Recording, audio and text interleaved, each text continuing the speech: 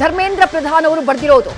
ಆ ಸುದೀರ್ಘ ರಾಜೀನಾಮೆ ಪತ್ರದಲ್ಲಿ ಧರ್ಮೇಂದ್ರ ಪ್ರಧಾನ್ ಅವರು ಹಲವು ವಿಚಾರಗಳನ್ನ ಉಲ್ಲೇಖ ಮಾಡಿದ್ದಾರೆ. ಆ ಪತ್ರವನ್ನ ಗಮನಿಸ್ತಾ ಇದ್ದೀರಿ. ಹಿಂದಿಯಲ್ಲಿರುವಂತಹ ಲೆಟರ್ ಅದು, ಕನ್ನಡದಲ್ಲಿ ಅದರಲ್ಲಿ ಏನು ಬರ್ದಿದೆ ಅಂತ ಹೇಳ್ತಾ ಹೋಗ್ತೀನಿ. 4 ದಶಕಗಳಿಗೂ ಹೆಚ್ಚು ಕಾಲ ನಾನು ವಿದ್ಯಾರ್ಥಿಗಳು, ಶಿಕ್ಷಕರು ಹಾಗೆ ಶೈಕ್ಷಣಿಕ ಸುಧಾರಣೆಗಾಗಿ ನನ್ನನ್ನ ಅರ್ಪಿಸಿಕೊಂಡಿದ್ದೇನೆ. ದೃಢವಾದ, ಎಲ್ಲರನ್ನೂ ಒಳಗೊಂಡ ಮತ್ತು ದೂರದೃಷ್ಟಿಯ ಶಿಕ್ಷಣ ವ್ಯವಸ್ಥೆ ಬಲವಾದ ರಾಷ್ಟ್ರದ ಮೂಲಾಧಾರವಾಗಿದೆ ಅಂತ ಹೇಳಿ ನಾನು ಯಾವಾಗಲೂ ನಂಬಿದ್ದೇನೆ. ದೇಶದ ಯುವಕರ ಆಕಾಂಕ್ಷೆಗಳು, ಭಾವನೆಗಳು ಮತ್ತು ನ್ಯಾಯಸಮ್ಮತ ನಿರೀಕ್ಷೆಗಳನ್ನ ನಾನು ಆಳವಾಗಿ ಗೌರವಿಸ್ತೇನೆ. ಭಾರತದ ಯುವ ಪೀಳಿಗೆಯ ಕನಸುಗಳನ್ನ ನನಸಾಗಿಸೋದು ನಮ್ಮ ರಾಜಕೀಯ ಮತ್ತು ಸಾಮಾಜಿಕ ಜೀವನದಲ್ಲಿ ನೈತಿಕ ಬದ್ಧತೆಯಾಗಿದೆ. ಗೌರವಾನ್ವಿತ ಪ್ರಧಾನಮಂತ್ರಿಯವರ ದೂರದೃಷ್ಟಿಯ ನಾಯಕತ್ವದಲ್ಲಿ ರಾಷ್ಟ್ರಕ್ಕೆ ಸೇವೆ ಸಲ್ಲಿಸುವ ಅವಕಾಶಕ್ಕಾಗಿ ನಾನು ಅವರಿಗೆ ಕೃತಜ್ಞತೆಯನ್ನ ವ್ಯಕ್ತಪಡಿಸ್ತಾ ಇದ್ದೀನಿ. ಆದಾಗ್ಯೂ ಮೇ 3, 2026ರಂದು ನಡೆದಂಥ ನೀಟ್ ಯುಜಿ ಪರೀಕ್ಷೆಗೆ ಸಂಬಂಧಪಟ್ಟ ಹಾಗೆ ಅಕ್ರಮಗಳು ಬೆಳಕಿಗೆ ಬಂದವು. ಈ ವಿಷಯವನ್ನ ತಕ್ಷಣ ಅರಿತಂಥ ಭಾರತ ಸರ್ಕಾರ ತನಿಖೆಯನ್ನ ಸಿಬಿಐಗೆ ಹಸ್ತಾಂತರ ಮಾಡಿತು. ಪರೀಕ್ಷೆಯನ್ನ ರದ್ದುಗೊಳಿಸಿತು. ಮರು ಪರೀಕ್ಷೆಗೆ ದಿನಾಂಕವನ್ನ ಘೋಷಣೆ ಮಾಡಿತು. ಹೆಚ್ಚುವರಿಯಾಗಿ ಮುಂದಿನ ವರ್ಷದಿಂದ ಈ ಪರೀಕ್ಷೆಯನ್ನ ಸಿಬಿಟಿ ಅಂದ್ರೆ ಕಂಪ್ಯೂಟರ್ ಆಧಾರಿತ ಪರೀಕ್ಷೆ ಮೋಡ್ನಲ್ಲಿ ನಡೆಸೋದಕ್ಕೂ ಕೂಡ ನಿರ್ಧಾರ ಮಾಡಲಾಯಿತು. ಈ ಅವಧಿಯಲ್ಲಿ 20 ಲಕ್ಷಕ್ಕೂ ಹೆಚ್ಚು ವಿದ್ಯಾರ್ಥಿಗಳಿಗೆ ಪರೀಕ್ಷೆಯ ಸುಗಮ ನಡವಳಿಕೆಯನ್ನ ಖಚಿತಪಡಿಸಿಕೊಳ್ಳುವುದು ನಮ್ಮ ಪ್ರಾಥಮಿಕ ಆದ್ಯತೆಯಾಗಿತ್ತು. ಕೇಂದ್ರ ಸರ್ಕಾರದೊಂದಿಗೆ ರಾಜ್ಯ ಸರ್ಕಾರಗಳು, ವಿಶೇಷವಾಗಿ ಜಿಲ್ಲಾಡಳಿತಗಳು ನಿರ್ಣಾಯಕ ಪಾತ್ರ ವಹಿಸಿದ ಇಡೀ ಸರ್ಕಾರದ ವಿಧಾನವನ್ನ ಬಳಸಿಕೊಂಡು ನಾವು ಈ ನಿಟ್ಟಿನಲ್ಲಿ ಕೆಲಸ ಮಾಡಿದ್ದೀವಿ. ವಿದ್ಯಾರ್ಥಿಗಳು ಮತ್ತು ಪೋಷಕರ ಸಹಕಾರದೊಂದಿಗೆ ಪರೀಕ್ಷೆಯನ್ನ ಜೂನ್ 21ನೇ ತಾರೀಕು ಯಶಸ್ವಿಯಾಗಿ ಮುಕ್ತಾಯಗೊಳಿಸಲಾಯಿತು. ಮೊದಲ ದಿನದಿಂದಾನೇ ನಾನು ಸಂಪೂರ್ಣ ಜವಾಬ್ದಾರಿಯನ್ನ ತೆಗೆದುಕೊಂಡೆ ಮತ್ತು ಪರಿಸ್ಥಿತಿಯಿಂದ ಹಿಂದೆ ಸರಿಯಲಿಲ್ಲ. ಪರೀಕ್ಷಾ ಮಾಫಿಯಾದಿಂದ ಯಾವುದೇ ಪ್ರತಿಭಾನ್ವಿತ ವಿದ್ಯಾರ್ಥಿಯ ಸಾಮರ್ಥ್ಯ ಹಾಳಾಗಬಾರದು ಮತ್ತು ಯಾವುದೇ ವಿದ್ಯಾರ್ಥಿಗೆ ಅನ್ಯಾಯ ಆಗಬಾರದು ಅಂತ ಹೇಳಿ ನಾನು ದೃಢ ನಿಶ್ಚಯ ಮಾಡಿದ್ದೆ. ಜುಲೈ 16ನೇ ತಾರೀಕು ಘೋಷಿಸಲಾದಂತಹ ನೀಟ್ ಯುಜಿ ಫಲಿತಾಂಶಗಳು ತೃಪ್ತಿಕರವಾಗಿದ್ವು. ಹಿಂದುಳಿದ ಹಿನ್ನೆಲೆಯ ಅನೇಕ ಪ್ರತಿಭಾನ್ವಿತ ವಿದ್ಯಾರ್ಥಿಗಳು ಯಶಸ್ಸನ್ನ ಸಾಧಿಸಿದ್ರು. ಆದಾಗ್ಯೂ ಈ ಸಮಯದಲ್ಲೂ ಕೂಡ ಜವಾಬ್ದಾರಿಯುತ ಹುದ್ದೆಗಳನ್ನ ಹೊಂದಿರುವಂತಹ ವ್ಯಕ್ತಿಗಳು ಅಡೆತಡೆಗಳನ್ನ ಸೃಷ್ಟಿಸೋಕೆ ಮತ್ತು ವಿದ್ಯಾರ್ಥಿಗಳನ್ನ ದಾರಿ ತಪ್ಪಿಸೋಕೆ ಪ್ರಯತ್ನಿಸಿದ್ರು. ಇದು ನನಗೆ ತೀವ್ರ ದುಃಖವನ್ನ ಉಂಟು ಮಾಡಿತು. ನಮ್ಮ ಪ್ರಜಾಪ್ರಭುತ್ವದಲ್ಲಿ ನಾನು ಯಾವಾಗಲೂ ಅಚಲ ನಂಬಿಕೆಯನ್ನ ಹೊಂದಿದ್ದೇನೆ. ಯುವಕರ ಆಕಾಂಕ್ಷೆಗಳು, ಕನಸುಗಳು ಮತ್ತು ನಿರೀಕ್ಷೆಗಳನ್ನ ಆಳವಾಗಿ ಗೌರವಿಸ್ತೀನಿ. ಅವರು ಕೇವಲ ಭಾರತದ ಭವಿಷ್ಯವಲ್ಲ, ಅವರು ಹೊಸ ಮತ್ತು ಅಭಿವೃದ್ಧಿ ಹೊಂದಿದ ಭಾರತದ ಶಿಲ್ಪಿಗಳು, ವಾಸ್ತುಶಿಲ್ಪಿಗಳು, ನಿರ್ಮಾತೃಗಳು ಅಂತೆಲ್ಲ ಉಲ್ಲೇಖ ಮಾಡ್ತಾರೆ ಧರ್ಮೇಂದ್ರ ಪ್ರಧಾನ್. ಅದಾದ ನಂತರ ಅವ್ರ ವಿಷಯಕ್ಕೆ ಬರ್ತಾರೆ. ಕಳೆದ 10 ದಿನಗಳ ಘಟನೆಗಳಿಂದ ನನಗೆ ನೋವಾಗಿದೆ. ಇದು ನನಗೆ ವೈಯಕ್ತಿಕ ಪ್ರತಿಷ್ಠೆಯ ವಿಷಯ ಅಲ್ಲ. ಭಾರತದ ಯುವ ಶಕ್ತಿಯೇ ದೇಶದ ನಿಜವಾದ ಶಕ್ತಿ. ದೇಶದ ಯುವಕರು ಗೊಂದಲದ ಜಾಲದಲ್ಲಿ ಸಿಕ್ಕಾಕೊಳ್ಬಾರ್ದು ಅನ್ನೋದು ನನ್ನ ಸಂಕಲ್ಪ. ಜಂತರ್ ಮಂತರ್ನಲ್ಲಿ ಮತ್ತು ದೇಶಾದ್ಯಂತ ಪರಿಸ್ಥಿತಿಯನ್ನ ಪರಿಗಣಿಸಿ ರಾಷ್ಟ್ರ ವಿರೋಧಿ ಶಕ್ತಿಗಳು ಸಂದರ್ಭಗಳನ್ನ ಬಳಸಿಕೊಳ್ಳೋದನ್ನ ತಡೆಯೋದು, ರಾಷ್ಟ್ರೀಯ ಏಕತೆಯನ್ನ ಕಾಪಾಡೋದು, ಒಬ್ಬ ಭಾರತೀಯ ವಿದ್ಯಾರ್ಥಿಯ ಭವಿಷ್ಯ ಕಾನೂನು ಸಂಕೀರ್ಣತೆಗಳಲ್ಲಿ ಸಿಲುಕಿಕೊಳ್ಳದಂತೆ ನೋಡೋದು, ನಮ್ಮ ಮಕ್ಕಳ ಅಧ್ಯಯನಕ್ಕೆ ತಮ್ಮ ಸಮಯವನ್ನ ವಿನಿಯೋಗಿಸೋಕೆ ಮತ್ತು ಅವರ ವೃತ್ತಿ ಜೀವನವನ್ನ ನಿರ್ಮಿಸುವತ್ತ ಗಮನ ಹರಿಸೋಕೆ ಅವಕಾಶ ನೀಡುವ ಉದ್ದೇಶದಿಂದ ನಾನು ನನ್ನ ರಾಜೀನಾಮೆಯನ್ನ ಗೌರವಾನ್ವಿತ ಪ್ರಧಾನಮಂತ್ರಿಗಳಿಗೆ ಸಲ್ಲಿಸಿದ್ದೇನೆ. ಗೌರವಾನ್ವಿತ ಪ್ರಧಾನಮಂತ್ರಿಯವರ ಮಾರ್ಗದರ್ಶನ, ವಿಶ್ವಾಸ ಮತ್ತು ನಿರಂತರ ಬೆಂಬಲಕ್ಕಾಗಿ ನಾನು ಹೃತ್ಪೂರ್ವಕವಾದಂತಹ ಕೃತಜ್ಞತೆಯನ್ನ ಸಲ್ಲಿಸ್ತೀನಿ ಅಂತ ಹೇಳಿ ಉಲ್ಲೇಖ ಮಾಡ್ತಾರೆ ಶಿಕ್ಷಣ ಸಚಿವರಾಗಿದ್ದಂತಹ ಧರ್ಮೇಂದ್ರ ಪ್ರಧಾನ್. ಫೈನಲಿ ತಮ್ಮ ರಾಜೀನಾಮೆಯನ್ನ ಸಲ್ಲಿಸಿದ್ದಾರೆ. ಆ ರಾಜೀನಾಮೆ ಪತ್ರದಲ್ಲಿ ಅವರು ಉಲ್ಲೇಖ ಮಾಡಿರೋದೇನು ಅನ್ನೋದನ್ನ ಗಮನಿಸಿದ್ರೆ, ಎಲ್ಲೂ ಕೂಡ ನನ್ನನ್ನ ರಾಜೀನಾಮೆ ಕೇಳಿಲ್ಲ, ನಾನಾಗಿ ರಾಜೀನಾಮೆಯನ್ನ ಸಲ್ಲಿಸ್ತಾ ಇದ್ದೀನಿ ಅನ್ನೋದು ಅವರು ಈ ಪತ್ರದಲ್ಲಿ ಉಲ್ಲೇಖಿಸಿರುವಂತಹ ಮಾತು. ಮತ್ತಷ್ಟು ಡೀಟೇಲ್ಸ್ ನಮ್ಮ ಪ್ರತಿನಿಧಿ ಚಂದ್ರಮೋಹನ್ ನೀಡ್ತಾ ಹೋಗ್ತಾರೆ. ಚಂದ್ರಮೋಹನ್, ಕಳೆದ ಜೂನ್ನಿಂದ ಆರಂಭವಾದಂತಹ ಹೋರಾಟ, ಮೇನಲ್ಲಿ ಪ್ರಶ್ನೆ ಪತ್ರಿಕೆ ಲೀಕ್ ಆದಂತಹ ಸಂದರ್ಭದಲ್ಲೇ ಧರ್ಮೇಂದ್ರ ಪ್ರಧಾನ್ ಅವರ ರಾಜೀನಾಮೆಗೆ ಕೂಗು ಎದ್ದಿತ್ತು. ಆದ್ರೆ ಕೇಂದ್ರ ಸರ್ಕಾರ ಯಾವತ್ತೂ ಆ ಕೂಗನ್ನ ಗಂಭೀರವಾಗಿ ಪರಿಗಣಿಸಿರಲಿಲ್ಲ. ಕಳೆದ 2-3 ದಿನಗಳಲ್ಲಿ ಆದಂತಹ ಬೆಳವಣಿಗೆ ಸರ್ಕಾರ ಈ ವಿಚಾರವನ್ನ ಗಂಭೀರವಾಗಿ ಪರಿಗಣಿಸಿದೆ ಅನ್ನುವುದಕ್ಕೆ ಸಾಕ್ಷಿ ಕೊಡ್ತು. ಇವತ್ತು ಮಧ್ಯಾಹ್ನದ ಗಡುವನ್ನ ಕೇಳಿತ್ತು ಕೇಂದ್ರ ಸರ್ಕಾರ. ಮಧ್ಯಾಹ್ನದವರೆಗೆ ಕಾಕ್ರೋಚ್ ಪಾರ್ಟಿ ಸಮಯವನ್ನ ಕೊಟ್ಟಿತ್ತು. ಫೈನಲಿ ಧರ್ಮೇಂದ್ರ ಪ್ರಧಾನ್ ರಾಜೀನಾಮೆಯನ್ನ ಕೊಟ್ಟಿದ್ದಾರೆ. ಇದನ್ನ ಯಾವ ರೀತಿ ವಿಶ್ಲೇಷಣೆ ಮಾಡಬೇಕು? ಕಾಕ್ರೋಚ್ ಜನತಾ ಪಾರ್ಟಿಗೆ ಸಿಕ್ಕಂತ ಗೆಲುವ, ಕೇಂದ್ರ ಸರ್ಕಾರ ಹೋರಾಟಗಾರರ ಮುಂದೆ, ವಿದ್ಯಾರ್ಥಿ ಹೋರಾಟದ ಮುಂದೆ ಮಣಿಯುತ್ತಾ ಹಾಗಾದ್ರೆ ಅಂತ ಹೇಳಿ ಚಂದ್ರಮೋಹನ್.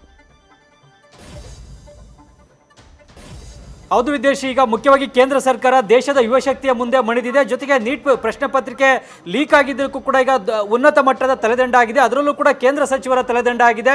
ಇದುವರೆಗೂ ಕೂಡ NTA ಮುಖ್ಯಸ್ಥರು ಅಧಿಕಾರಿಗಳ ತಲೆದಂಡ ಆಗಿತ್ತು. ಆದ್ರೀಗ ಕೇಂದ್ರ ಕ್ಯಾಬಿನೆಟ್ನ ಸಚಿವರುಗಳ ತಲೆದಂಡ, ಅದರಲ್ಲೂ ಶಿಕ್ಷಣ ಖಾತೆಯ ಸಚಿವರ ತಲೆದಂಡವನ್ನು ಪಡ್ಕೊಳ್ಳುವಲ್ಲಿ ಕಾಕ್ರೋಚ್ ಜನತಾ ಪಾರ್ಟಿ ಯಶಸ್ವಿಯಾಗಿದೆ. ಕಾಕ್ರೋಚ್ ಜನತಾ ಪಾರ್ಟಿ ಮಾತ್ರ ಅಲ್ಲ, ದೇಶದ ಯುವಜನತೆ ಯಶಸ್ವಿಯಾಗಿದ್ದಾರೆ. ಯಾಕೆಂತಂದ್ರೆ ಇದು ಯಾವುದೋ ಒಂದು ಪಕ್ಷ ಅಥವಾ ಸಂಘಟನೆಯ ಹೋರಾಟ ಆಗಿರಲಿಲ್ಲ, ದೇಶದ ಯುವಜನತೆಯ ಹೋರಾಟ ಆಗಿತ್ತು. ಮುಖ್ಯವಾಗಿ 21 ಲಕ್ಷ ವಿದ್ಯಾರ್ಥಿಗಳು ನೀಟ್ ಪರೀಕ್ಷೆಯನ್ನು ಬರೆದಿದ್ರು. ನೀಟ್ ಪರೀಕ್ಷೆ ರದ್ದಾಗಿದ್ದರಿಂದಾಗಿ ಅವರೆಲ್ಲರೂ ಕೂಡ ಮಾನಸಿಕ ಒತ್ತಡಕ್ಕೊಳಗಾಗಿದ್ರು. ಎರಡನೇ ಬಾರಿಗೂ ಕೂಡ ನೀಟ್ ಪರೀಕ್ಷೆಯನ್ನು ಬರೀಬೇಕಾದಂಥ ಅನಿವಾರ್ಯ ಪರಿಸ್ಥಿತಿ ನಿರ್ಮಾಣ ಆಗಿತ್ತು. ತಮ್ಮ ಭವಿಷ್ಯಕ್ಕಾಗಿ ಒಂದೇ ವರ್ಷದಲ್ಲಿ 2 ಬಾರಿ ನೀಟ್ ಪರೀಕ್ಷೆಯನ್ನು ಬರೀಬೇಕಾದಂಥ ಒತ್ತಡ, ಮಾನಸಿಕ ಹಿಂಸೆಗೆ ವಿದ್ಯಾರ್ಥಿಗಳು ಒಳಗಾಗಿದ್ರು ಮತ್ತು ಅವರ ಪೋಷಕರು ಕೂಡ ಒಳಗಾಗಿದ್ರು. ಹೀಗಾಗಿ ಈಗ ನೀಟ್ ಪ್ರಶ್ನೆ ಪತ್ರಿಕೆ ಸೋರಿಕೆಗೆ ಕಾರಣ ಆದಂಥ ಅಧಿಕಾರಿಗಳ ತಲೆದಂಡ ಅಲ್ಲ, ಕೇಂದ್ರದ ಶಿಕ್ಷಣ ಸಚಿವರ ತಲೆದಂಡ ಆಗಬೇಕು. ನೈತಿಕ ಹೊಣೆಯನ್ನು ಹೊತ್ತು ಕೇಂದ್ರದ ಶಿಕ್ಷಣ ಖಾತೆಯ ಸಚಿವ ಧರ್ಮೇಂದ್ರ ಪ್ರಧಾನ್ ಅವರೇ ತಮ್ಮ ಸ್ಥಾನಕ್ಕೆ ರಾಜೀನಾಮೆ ಕೊಡಬೇಕು ಅಂತೇಳಿ ಬಿಗಿಪಟ್ಟನ್ನು ಹಿಡಿದು ಜಂತರ್ ಮಂತರ್ನಲ್ಲಿ ತೀವ್ರವಾದಂಥ ಪ್ರತಿಭಟನೆಯನ್ನು ನಡೆಸ್ತಾ ಇದ್ರು. ಈ ಒಂದು ಪ್ರತಿಭಟನೆಗೆ ಮತ್ತು ಬೇಡಿಕೆಗೆ ಈಗ ಕೊನೆಗೂ ಕೂಡ ಕೇಂದ್ರ ಸರ್ಕಾರ ಮಣಿದಿದೆ.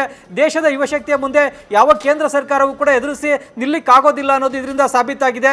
ಮುಖ್ಯವಾಗಿ ದೇಶದ ಜನತೆಯ ಅಭಿಪ್ರಾಯಕ್ಕೆ, ಯುವಜನತೆಯ ಅಭಿಪ್ರಾಯಕ್ಕೆ ಎಷ್ಟೇ ಕೇಂದ್ರ ಸರ್ಕಾರ ಬಲಿಷ್ಠವಾಗಿದ್ರು ಕೂಡ ಅದಕ್ಕೆ ಮಾನ್ಯತೆಯನ್ನು ಕೊಡಲೇಬೇಕಾಗುತ್ತೆ ಅನ್ನೋದು ಈಗ ಸಾಬೀತಾಗಿದೆ. ಮುಖ್ಯವಾಗಿ ಭಾರತದ ನೆರೆಹೊರೆಯ ದೇಶಗಳಲ್ಲೂ ಕೂಡ ಜಂಜಿ ಬೀದಿಗಿಳಿದು ಪ್ರತಿಭಟನೆ ನಡೆಸಿದಂತಹ ಸಂದರ್ಭದಲ್ಲಿ ಸರ್ಕಾರಗಳೇ ಉರುಳೋಗಿವೆ. ಪ್ರಧಾನಿಗಳೇ ತಮ್ಮ ಸ್ಥಾನಕ್ಕೆ ರಾಜೀನಾಮೆ ಕೊಟ್ಟಿದ್ದಾರೆ. ಪ್ರಧಾನಿಗಳೇ ದೇಶ ಬಿಟ್ಟು ಇನ್ನೊಂದು ದೇಶಕ್ಕೆ ಓಡೋಗಬೇಕಾದಂಥ ಪರಿಸ್ಥಿತಿ ನೆರೆಹೊರೆಯ ದೇಶಗಳಲ್ಲೂ ಕೂಡ ನಿರ್ಮಾಣ ಆಗಿತ್ತು. ಆದರೆ ಈಗ ನಮ್ಮ ದೇಶದಲ್ಲಿ ಕೇಂದ್ರದ ಶಿಕ್ಷಣ ಖಾತೆಯ ಸಚಿವರ ರಾಜೀನಾಮೆಯನ್ನೇ ಪಡ್ಕೊಳ್ಳುವಲ್ಲಿ ದೇಶದ ಜಂಜಿ ಯುವಜನತೆ ಈಗ ಯಶಸ್ವಿಯಾಗಿದ್ದಾರೆ. ಈಗ ಮುಖ್ಯವಾಗಿ ಈಗ ಜಂಜಿಯ ಮುಂದಿನ ಹೆಜ್ಜೆ ಏನು ಅನ್ನೋದು ಕೂಡ ಮುಖ್ಯ ಆಗುತ್ತೆ. ಈಗ ತಮ್ಮ ಹೋರಾಟವನ್ನು ನಿಲ್ಲಿಸ್ತಾರಾ ಇಲ್ವೇ ಮತ್ತಷ್ಟು ಮುಂದುವರಿಸ್ತಾರಾ ಹೇಗೆ ಅನ್ನತಕ್ಕಂಥ ಪ್ರಶ್ನೆ ಕೂಡ ಉದ್ಭವ ಆಗುತ್ತೆ. ಈಗ ನಿನ್ನೆ ಕೇಂದ್ರ ಸರ್ಕಾರ 2 ಬೇಡಿಕೆಗಳಿಗೆ ಒಪ್ಕೊಂಡಿತ್ತು. ನೀಟ್ ಪರೀಕ್ಷೆ ರದ್ದಾಗಿದ್ದರಿಂದ ಆತ್ಮಹತ್ಯೆ ಮಾಡಿಕೊಂಡಂಥ ವಿದ್ಯಾರ್ಥಿಗಳ ಕುಟುಂಬಕ್ಕೆ ಪರಿಹಾರವನ್ನು ನೀಡಲಿಕ್ಕೆ ಒಪ್ಕೊಂಡಿತ್ತು. ಜೊತೆಗೆ ಜಂತರ್ ಮಂತರ್ನಲ್ಲಿ ಪ್ರತಿಭಟನೆ ನಡೆಸ್ತಾ ಇರುವಂತಹ ವಿದ್ಯಾರ್ಥಿಗಳ ಹೋರಾಟ ಹಿಂಸಾತ್ಮಕ ಸ್ವರೂಪಕ್ಕೆ ತಿರುಗಿತ್ತು. ಪೊಲೀಸರ ಮೇಲೂ ಕೂಡ ಕಲ್ಲು ತೂರಾಟವನ್ನು ವಿದ್ಯಾರ್ಥಿಗಳು ನಡೆಸಿದ್ರು. ಆ ವಿದ್ಯಾರ್ಥಿಗಳ ಮೇಲೆ ಯಾವುದೇ ಕೇಸನ್ನು ನಾವು ದಾಖಲಿಸೋದಿಲ್ಲ ಅನ್ನುವ ಭರವಸೆಯನ್ನು ಕೊಟ್ಟಿತ್ತು ಮತ್ತು ಆ ಬೇಡಿಕೆಯನ್ನು ಈಡೇರಿಸೋದಾಗಿ ಒಪ್ಕೊಂಡಿತ್ತು. ಈಗ ಪ್ರಮುಖವಾದಂಥ ಬೇಡಿಕೆ ಧರ್ಮೇಂದ್ರ ಪ್ರಧಾನ್ ರಾಜೀನಾಮೆ, ಅದಕ್ಕೂ ಕೂಡ ಈಗ ಒಪ್ಕೊಂಡಿದೆ. ಧರ್ಮೇಂದ್ರ ಪ್ರಧಾನ್ ತಮ್ಮ ಸಚಿವ ಸ್ಥಾನಕ್ಕೆ ರಾಜೀನಾಮೆಯನ್ನು ಕೊಟ್ಟಿದ್ದಾರೆ. ಆದ್ರೆ ಈಗ ಮುಂದೆ ಜಂಜಿ ತಮ್ಮ ಹೋರಾಟವನ್ನು ಹಿಂತೆಗೆದುಕೊಳ್ತಾರ, ಜಂತರ್ ಮಂತರ್ನ ಹೋರಾಟವನ್ನು ಪ್ರತಿಭಟನೆಯನ್ನು ನಿಲ್ಲಿಸ್ತಾರ ಅನ್ನೋ ಒಂದು ಪ್ರಶ್ನೆ ಕೂಡ ಈಗ ಉದ್ಭವ ಆಗುತ್ತೆ. ಹೀಗಾಗಿ ಕಾಕ್ರೋಚ್ ಜನತಾ ಪಾರ್ಟಿಯ ಮುಂದಿನ ನಡೆ ಏನು, ತೀರ್ಮಾನ ಏನು ಅನ್ನೋದು ಈಗಿರ್ತಕ್ಕಂಥ ಕುತೂಹಲ. ಮುಖ್ಯವಾಗಿ ಪ್ರಧಾನಿ ನರೇಂದ್ರ ಮೋದಿ ಅವರ ಸರ್ಕಾರ ದೇಶದಲ್ಲಿ ಬಲಿಷ್ಠವಾದಂಥ ಸರ್ಕಾರ, ಕಳೆದ 12 ವರ್ಷಗಳಿಂದ ಕೇಂದ್ರದಲ್ಲಿ ಆಳ್ವಿಕೆಯನ್ನು ನಡೆಸ್ತಾ ಇದೆ. ಹೀಗಾಗಿ ಈ ಹೋರಾಟಗಳಿಗೆಲ್ಲ ಕೇಂದ್ರ ಸರ್ಕಾರ ಮಣಿಯೋದಿಲ್ಲ ಅನ್ನೋ ಒಂದು ಮಾತಿತ್ತು. ನಿನ್ನೆ ಕೂಡ ಕೇಂದ್ರ ಸರ್ಕಾರ ನಾವು ಧರ್ಮೇಂದ್ರ ಪ್ರಧಾನ್ ರಾಜೀನಾಮೆ ಪಡೆಯೋದಿಲ್ಲ, ಬದಲಿಗೆ NTAದಲ್ಲಿ ಸುಧಾರಣೆಗಳನ್ನು ಮಾಡ್ತೇವೆ, NTAದಲ್ಲಿ ಅಧಿಕಾರಿಗಳನ್ನು ವಜಾ ಮಾಡುವಂಥ ತೀರ್ಮಾನವನ್ನು ನಿನ್ನೆ ತೆಗೆದುಕೊಂಡಿತ್ತು. ಆದ್ರೆ ಈಗ ಅಂತಿಮವಾಗಿ ಕೇಂದ್ರದ ಶಿಕ್ಷಣ ಖಾತೆ ಸಚಿವ ಧರ್ಮೇಂದ್ರ ಪ್ರಧಾನ್ ಅವರ ರಾಜೀನಾಮೆಯನ್ನು ಪಡೆದಿದೆ. ಈಗ 2 ಪುಟಗಳ ರಾಜೀನಾಮೆ ಪತ್ರವನ್ನು ಧರ್ಮೇಂದ್ರ ಪ್ರಧಾನ್ ಅವರು ಪ್ರಧಾನಿ ನರೇಂದ್ರ ಮೋದಿ ಅವರಿಗೂ ಕೂಡ ಕಳಿಸಿದ್ದಾರೆ. ಮುಖ್ಯವಾಗಿ ಈಗ ದೇಶದಲ್ಲಿ ಐಕ್ಯತೆ ಇರಬೇಕು ಮತ್ತು ವಿದ್ಯಾರ್ಥಿಗಳಿಗೆ ತೊಂದರೆ ಆಗಬಾರ್ದು ಮತ್ತು ಕಳೆದ 12 ದಿನಗಳಿಂದ ನಡೀತಾ ಇರತಕ್ಕಂಥ ಬೆಳವಣಿಗೆಗಳನ್ನು ನೋಡಿ ನಾನು ನನ್ನ ರಾಜೀನಾಮೆ ಪತ್ರವನ್ನು, ತ್ಯಾಗ ಪತ್ರವನ್ನು ಪ್ರಧಾನಿ ನರೇಂದ್ರ ಮೋದಿ ಅವರಿಗೆ ಕಳಿಸಿದ್ದೇನೆ ಅಂತೇಳಿ ಧರ್ಮೇಂದ್ರ ಪ್ರಧಾನ್ ಅವರು ಈ 2 ಪುಟಗಳ ಪತ್ರದಲ್ಲಿ ತಿಳಿಸಿದ್ದಾರೆ.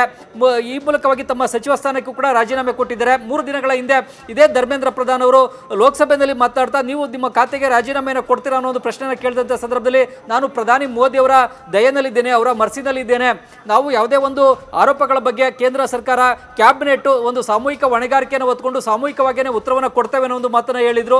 ಆದ್ರೀಗ ತಮ್ಮ ಸಚಿವ ಸ್ಥಾನಕ್ಕೆ ರಾಜೀನಾಮೆಯನ್ನು ಧರ್ಮೇಂದ್ರ ಪ್ರಧಾನ್ ಸಲ್ಲಿಸಿದ್ದಾರೆ. ಮುಖ್ಯವಾಗಿ NTA ಕಳೆದ 7 ವರ್ಷಗಳಲ್ಲಿ ನಡೆಸಿದಂಥ ಪರೀಕ್ಷೆಗಳಲ್ಲಿ ಯಾವುದೇ ಪ್ರಶ್ನೆ ಪತ್ರಿಕೆಗಳು ಕೂಡ ಸೋರಿಕೆ ಆಗಿಲ್ಲ ಅನ್ನೋ ಒಂದು ಉತ್ತರವನ್ನು ಕೂಡ ಲೋಕಸಭೆಯಲ್ಲಿ ಕೊಟ್ಟಿದ್ರು. ಅದು ಕೂಡ ಈಗ ಟೀಕೆಗೆ ಗುರಿಯಾಗಿತ್ತು. ಆದ್ರೆ ಈಗ ಅಂತಿಮವಾಗಿ ಈ ನೀಟ್ ಪ್ರಶ್ನೆ ಪತ್ರಿಕೆ ಸೋರಿಕೆಯ ನೈತಿಕ ಹೊಣೆಯನ್ನು ಹೊತ್ತು ಕಳೆದ 12 ವರ್ಷಗಳ ಬಿಜೆಪಿ ಸರ್ಕಾರ, ಕೇಂದ್ರದ NDA ಸರ್ಕಾರ ನಡ್ಕೊಂಡು ಬಂದಂತಹ ರೀತಿ, ಅದರ ನಿಲುವುಗಳನ್ನ ಗಮನಿಸಿದ್ರೆ ಈ 12 ವರ್ಷಗಳಲ್ಲಿ ಯಾವುದೇ ಹೋರಾಟ ಅಥವಾ ಯಾವುದೇ ರೀತಿಯಾದಂತಹ ಜನಾಕ್ರೋಶಕ್ಕೆ ಕೇಂದ್ರ ಸರ್ಕಾರ ಮಣಿದಿದ್ದಿಲ್ಲ. ಅಂತಹ ಯಾವುದೇ ಘಟನೆಗಳು ನಡೆದಿದ್ದಿಲ್ಲ. ನೆನಪಿರೋದು ಒಂದೇ, ಅದು ಪಂಜಾಬ್ ದೆಹಲಿ ಗಡಿನಲ್ಲಾದಂತಹ ರೈತರ ಹೋರಾಟ.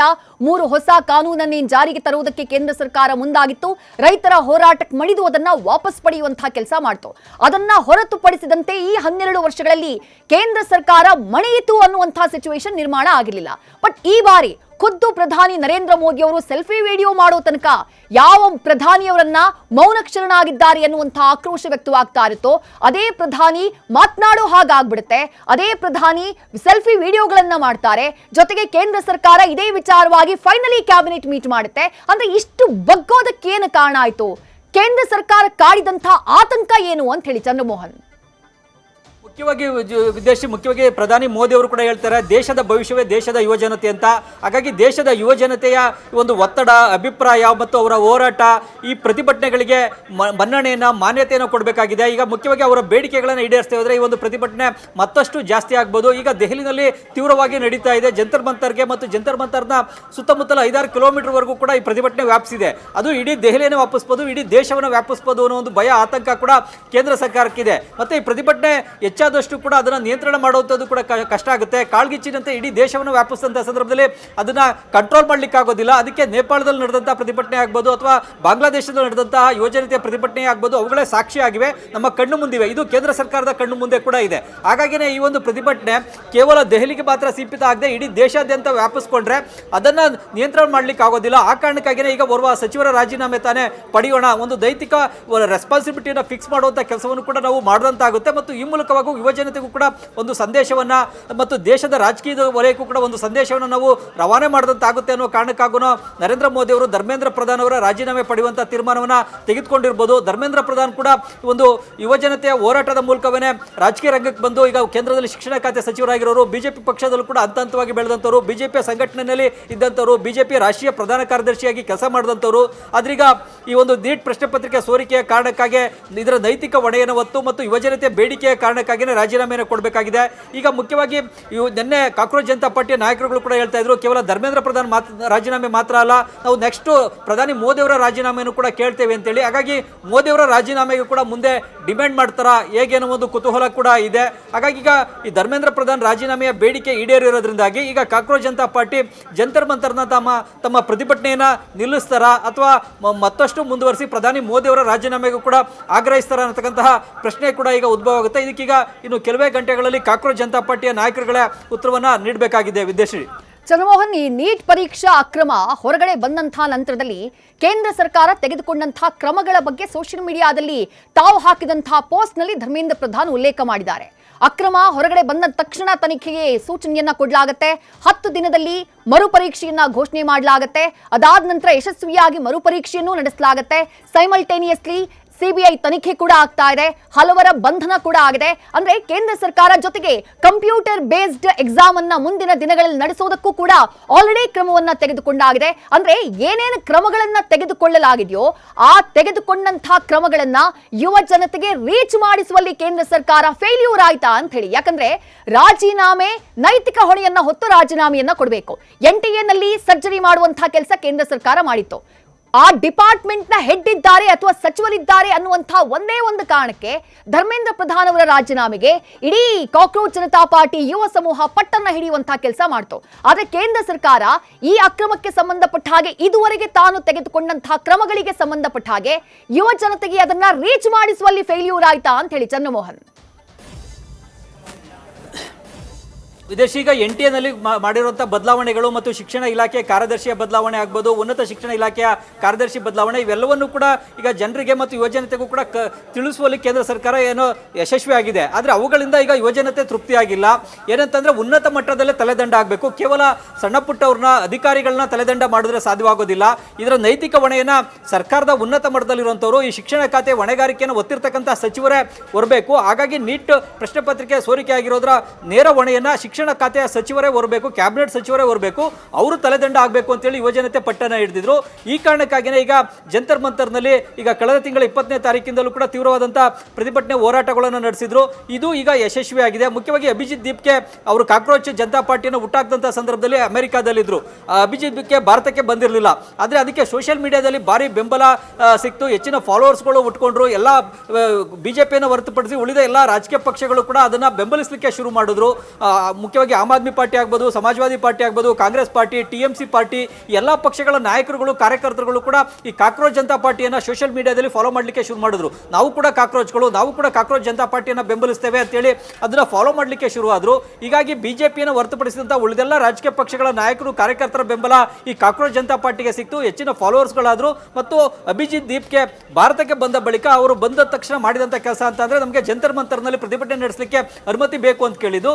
ದೆಹಲಿ ಪೊಲೀಸ್ ಪೊಲೀಸರು ಅನುಮತಿಯನ್ನು ನೀಡದೆ ನಿರಾಕರಿಸ್ತಾರೆ ಅನ್ನೋ ಒಂದು ಮಾತುಗಳು ಕೂಡ ಇದ್ವು. ನಿರಾಕರಿಸಿದ್ರೆ ಒಂದು ಹಂಗಾಮ ಸೃಷ್ಟಿ ಆಗುತ್ತೆ, ಅದ್ರ ಬದಲು ಪ್ರತಿಭಟನೆಗೆ ಅವಕಾಶ ಕೊಟ್ಬಿಡೋಣ ಅಂತೇಳಿ ದೆಹಲಿಯ ಜಂತರ್ ಮಂತರ್ನಲ್ಲಿ ಪ್ರತಿಭಟನೆಗೆ ಅವಕಾಶ ಕೊಟ್ಟರು. ಆದರೆ ಪ್ರಾರಂಭದಲ್ಲಿ ಕೇಂದ್ರ ಸರ್ಕಾರಕ್ಕೂ ಕೂಡ ಜಂತರ್ ಮಂತರ್ನ ಪ್ರತಿಭಟನೆ ಇಷ್ಟು ದೊಡ್ಡ ಪ್ರಮಾಣದಲ್ಲಿ ನಡೆಯುತ್ತೆ ಅಥವಾ ಇಷ್ಟು ಸುದೀರ್ಘ ಅವಧಿಗೆ ನಡೆಯುತ್ತೆ ಅಥವಾ ಸೋನಮ್ ವಾಂಗ್ಚುಕ್ ಅವರು ಬಂದು ಇಲ್ಲಿ ಉಪವಾಸ ಸತ್ಯಾಗ್ರಹವನ್ನು ಕೂತ್ಕೊಂಡು ಅದಕ್ಕೆ ಮತ್ತಷ್ಟು ತೀವ್ರತೆಯನ್ನು ತಂದುಕೊಡ್ತಾರೆ ಅನ್ನೋ ಒಂದು ನಿರೀಕ್ಷೆಯೂ ಕೂಡ ಇರಲಿಲ್ಲ.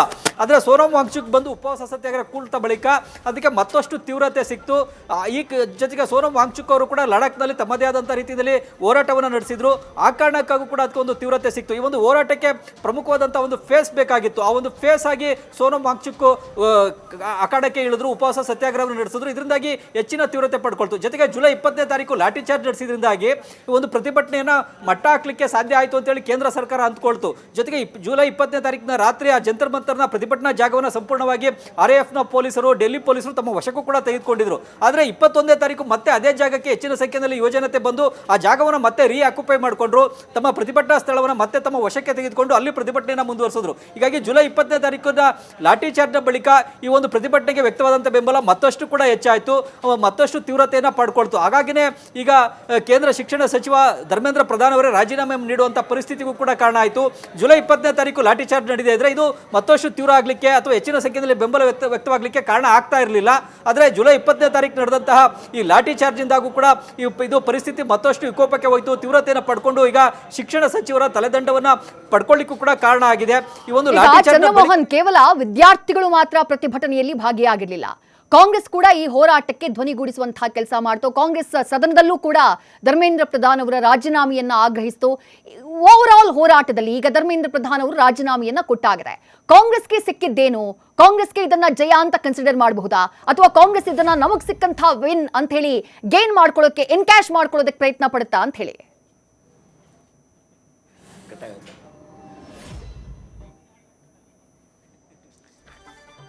ಮತ್ತೆ ನಮ್ಮ ಪ್ರತಿನಿಧಿಯನ್ನ ಸಂಪರ್ಕ ಮಾಡುವಂತಹ ಪ್ರಯತ್ನವನ್ನ ಮಾಡ್ತೀವಿ. ಒಟ್ಟಾರೆಯಾಗಿ ಧರ್ಮೇಂದ್ರ ಪ್ರಧಾನ್ ಅವರ ರಾಜೀನಾಮೆ, ಹಲವು ಆಯಾಮಗಳಲ್ಲಿ ಅವರ ರಾಜೀನಾಮೆಯ ವಿಚಾರ ಚರ್ಚೆಯಾಗ್ತಾ ಇದೆ. ಕಳೆದ ಜೂನ್ನಿಂದ ಆರಂಭವಾದಂತಹ ಹೋರಾಟ, ಕಾಕ್ರೋಚ್ ಜನತಾ ಪಾರ್ಟಿಯ ಹೋರಾಟ ಸೋಷಿಯಲ್ ಮೀಡಿಯಾದಲ್ಲಿ ಆರಂಭ ಆಯಿತು. ಅದಾದಂತಹ ನಂತರದಲ್ಲಿ ಆ ಹೋರಾಟ ತೆಗೆದುಕೊಂಡಂತಹ ಸ್ವರೂಪ ಸೋನಮ್ ವಾಂಗ್ಚುಕ್ ಅವರ ಉಪವಾಸ ಸತ್ಯಾಗ್ರಹ ಹೋರಾಟದ ಕಾವು ಹೆಚ್ಚಾಗೋ ಹಾಗೆ ಮಾಡ್ತು. ಅದಾದಂತಹ ನಂತರದಲ್ಲಿ ವಿದ್ಯಾರ್ಥಿಗಳ ಪ್ರತಿಭಟನೆ, ಮೊನ್ನೆ ಜುಲೈ 20ನೇ ತಾರೀಕು ಆದಂತಹ ಪ್ರತಿಭಟನೆ, ಅದಾದ ಮರುದಿನ ರಾತ್ರಿಯಾದಂತಹ ಹಿಂಸಾಚಾರ, ಆ ಕಲ್ಲು ತೂರಾಟ, ಪೊಲೀಸರ ಮೇಲೆಯೇ ಆದಂತಹ ಅಟ್ಯಾಕ್, ವಿದ್ಯಾರ್ಥಿಗಳ ಮೇಲಾದಂತಹ ಲಾಠಿ ಚಾರ್ಜ್, ಪರಿಸ್ಥಿತಿ ಕೈ ಮೀರೋ ಹಾಗೆ ಮಾಡ್ತು. ಅಕ್ಕಪಕ್ಕದ ದೇಶಗಳಲ್ಲಾದಂತಹ ಪರಿಸ್ಥಿತಿ ಇಲ್ಲೇನಾದ್ರೂ ಆಗ್ಬಿಡುತ್ತಾ ಅನ್ನುವಂತಹ ಆತಂಕ, ಕಳವಳ ಮೂಡುವುದಕ್ಕೆ ಶುರುವಾಯಿತು. ಅದಾದಂತಹ ನಂತರದಲ್ಲೇ ಕೇಂದ್ರ ಸರ್ಕಾರ ಇದನ್ನ ಬಹಳ ಗಂಭೀರವಾಗಿ ಪರಿಗಣಿಸುವಂತಹ ಕೆಲಸವನ್ನ ಮಾಡಿತ್ತು. ಮೊದಲಿಗೆ ವಿದ್ಯಾರ್ಥಿ ನಾಯಕರು, ಯಾರು ಕಾಕ್ರೋಚ್ ಜನತಾ ಪಾರ್ಟಿಯ ವಕ್ತಾರರಿದ್ದಾರೆ, ಅವರ ಜೊತೆಗೆ ಮಾತುಕತೆಯನ್ನ ನಡೆಸುತ್ತೆ ಕೇಂದ್ರ ಸರ್ಕಾರ. 10 ನಿಮಿಷಗಳ ಕಾಲ JP ನಡ್ಡಾ ಅವರು ಮಾತುಕತೆಯನ್ನ ನಡೆಸ್ತಾರೆ. ಆ ಸಂದರ್ಭದಲ್ಲಿ ತಮ್ಮ ಆಗ್ರಹ ಏನು, ಬೇಡಿಕೆ ಏನು ಅನ್ನುವುದನ್ನ ಕೇಂದ್ರ ಸರ್ಕಾರದ ಮುಂದಿಡುವಂತಹ ಕೆಲಸವನ್ನ ಕಾಕ್ರೋಚ್ ಜನತಾ ಪಾರ್ಟಿ ಮಾಡಿತ್ತು. ಅದಾದಂತಹ ನಂತರದಲ್ಲಿ ಮತ್ತೆ ನಿನ್ನೆ ಮೀಟಿಂಗ್ ಆಗಿದ್ದು, ಆ ಮೀಟಿಂಗ್ನ ಸಂದರ್ಭದಲ್ಲೂ ಅವರು ಕೇಳಿದ್ದು ಪ್ರಮುಖವಾಗಿ 3 ಬೇಡಿಕೆಗಳು. ಒಂದು, ಧರ್ಮೇಂದ್ರ ಪ್ರಧಾನ್ ಅವರ ರಾಜೀನಾಮೆ. ಆ ವಿಚಾರದಲ್ಲಿ ಯಾವುದೇ ಕಾರಣಕ್ಕೂ ನಾವು ಕಾಂಪ್ರಮೈಸ್ ಆಗಲ್ಲ ಅನ್ನೋದನ್ನ ಬಹಳ ಸ್ಪಷ್ಟವಾಗಿ ಹೇಳಿದ್ರು ಕಾಕ್ರೋಚ್ ಜನತಾ ಪಾರ್ಟಿಯ ಪ್ರತಿನಿಧಿಗಳು. ಅದರ ಜೊತೆಗೆ ಜಂತರ್ ಮಂತರ್ನಲ್ಲಾದಂತಹ ಹೋರಾಟದ ಸಂದರ್ಭದಲ್ಲಿ ವಿದ್ಯಾರ್ಥಿಗಳ ಮೇಲೆ ಏನ್ ಕೇಸ್ಗಳು ದಾಖಲಾಗಿದೆ, ಆ ಕೇಸ್ಗಳನ್ನ ಹಿಂದಕ್ಕೆ ಪಡೆಯುವಂತಹ ಕೆಲಸವನ್ನ ಮಾಡಬೇಕು ಅನ್ನುವಂತಹ ಆಗ್ರಹವನ್ನ ಮಾಡಲಾಗಿತ್ತು. ನ್ಯೂಸ್ ಫಸ್ಟ್, ನಿರ್ಭೀತಿಯಿಂದ ನಿಮ್ಮ ಪರವಾಗಿ.